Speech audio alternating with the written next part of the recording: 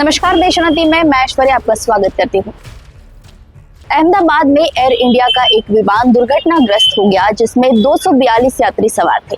प्रारंभिक जांच में विमान के दोनों इंजन बंद होने की बात सामने आई है, जिससे पायलटों और विशेषज्ञों को हैरानी हुई।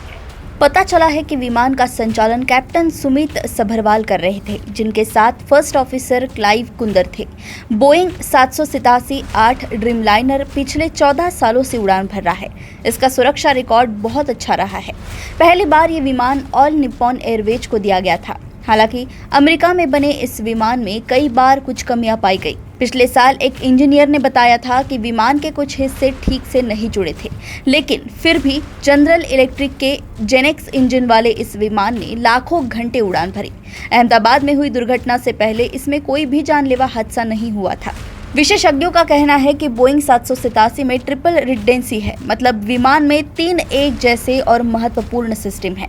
ये सिस्टम विमान को और भी सुरक्षित बनाते हैं। अगर एक सिस्टम खराब हो जाता है तो बाकी 2 सिस्टम काम करते हैं। एक पूर्व दुर्घटना जांचकर्ता ने कहा कि विमान सीधा नीचे गिर रहा था।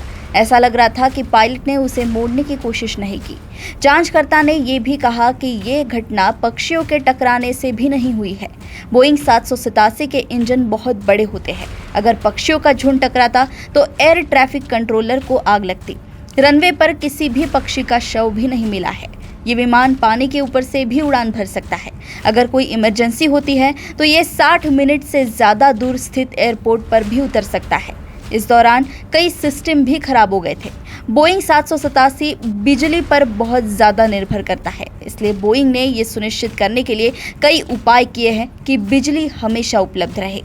इस विमान में 6 बिजली जनरेटर है। इसके अलावा बोइंग 787 में 3 फ्लाइट मैनेजमेंट कंप्यूटर भी है। बोइंग 787 ड्रीमलाइनर एक आधुनिक विमान है। इसमें कई सुरक्षा विशेषताएं हैं, लेकिन अहमदाबाद में हुई दुर्घटना ने सभी को हैरान कर दिया है।